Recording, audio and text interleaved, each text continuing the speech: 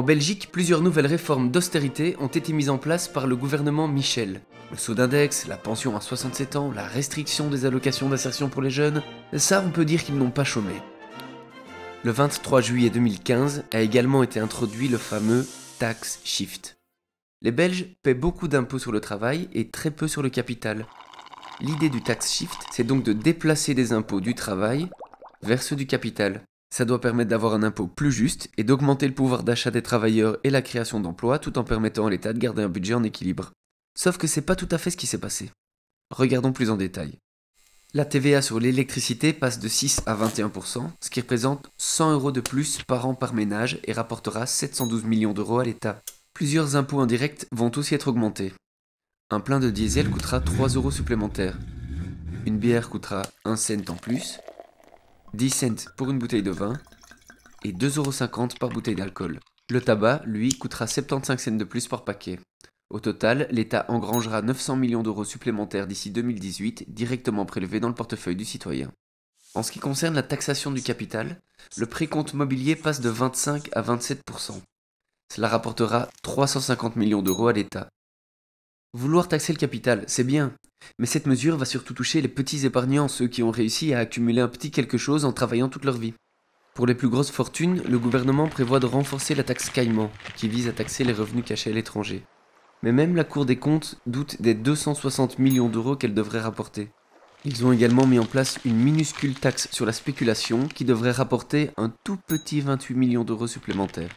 D'un autre côté, la lutte contre la fraude fiscale devrait quant à elle permettre de récupérer 175 millions d'euros. Oui, 175 millions d'euros. Alors que la fraude, elle est estimée à plus de 20 milliards d'euros par an. Ah, le gouvernement n'est pas gourmand, il a sans doute d'autres priorités. D'autres mesures complètent le tax shift. La TVA sur les logements sociaux et les écoles, le fonds immobilier institutionnel, la rente de la loterie nationale ou encore les dividendes de Belfius, pour un total de 616 millions d'euros supplémentaires. Et pour terminer, le gouvernement prévoit de réorganiser le fonctionnement de l'État, qui doit fonctionner mieux et pour moins cher. Il économisera ainsi 550 millions d'euros. Si on additionne tout ça, ça fait 3 milliards 600 millions d'euros récupérés. Et nous voilà au cœur du tax shift. Rappelons-nous ces objectifs: augmentation du pouvoir d'achat et création d'emplois. Pour le pouvoir d'achat, le gouvernement prévoit de diminuer l'impôt sur les personnes physiques, ce qui permettrait aux contribuables d'économiser 100 € par mois sur son salaire net. Enfin, une bonne nouvelle! Mais pas pour tout le monde.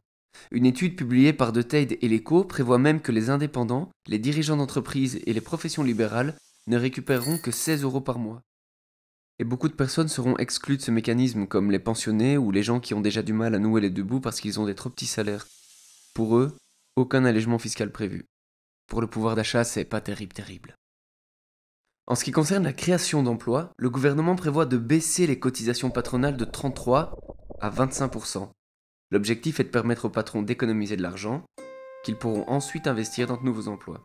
Sauf que ça, c'est de la théorie, mais que dans la pratique, c'est bien différent. Ce qui crée l'emploi, c'est la demande. Si un employeur a plus de moyens mais que ses carnets de commandes ne se remplissent pas, il n'engagera personne en plus parce qu'il n'a pas plus de travail à fournir. Et s'il n'engage pas plus de personnel, il gardera l'argent pour lui, ou bien le redistribuera à ses actionnaires s'il en a. Donc, pour résumer, l'alourdissement de la TVA et des accises sur le diesel et les biens de consommation, la taxation du petit capital, l'inefficacité des mesures envisagées contre le grand capital et la diminution des cotisations patronales ne garantissent en rien l'augmentation du pouvoir d'achat, ni la création d'emplois. Au contraire, les principales mesures toucheront justement ceux qu'on devrait aider, les classes moyennes et populaires. Les grands gagnants, ce sont les grandes fortunes. Elles profiteront toujours de nombreux cadeaux fiscaux. Vous vous souvenez des 100 € supplémentaires que vous allez payer sur votre facture d'électricité ? Eh bien, en même temps, le gouvernement décide de diminuer la taxe nucléaire de 72%, ce qui permet à Electrabel d'économiser 339 millions d'euros supplémentaires par an, directement payés par nous. Et le cent de plus pour chaque bière que vous allez boire ? Eh bien, en même temps, AB InBev, le plus gros brasseur du monde, bénéficie toujours d'une ristourne fiscale annuelle. Elle s'est élevée cette année à près de 600 millions d'euros. L'État augmente d'1 cent la bière que nous payons plutôt que de prélever cet argent directement dans leurs milliards de bénéfices. Et ils ne sont pas les seuls dans ce cas. Des dizaines et des dizaines de grosses entreprises bénéficient chaque année de cadeaux fiscaux de plusieurs centaines de millions d'euros. Enfin bref, on passe à la caisse à leur place. Et on nous prend vraiment pour des schtroumpfs.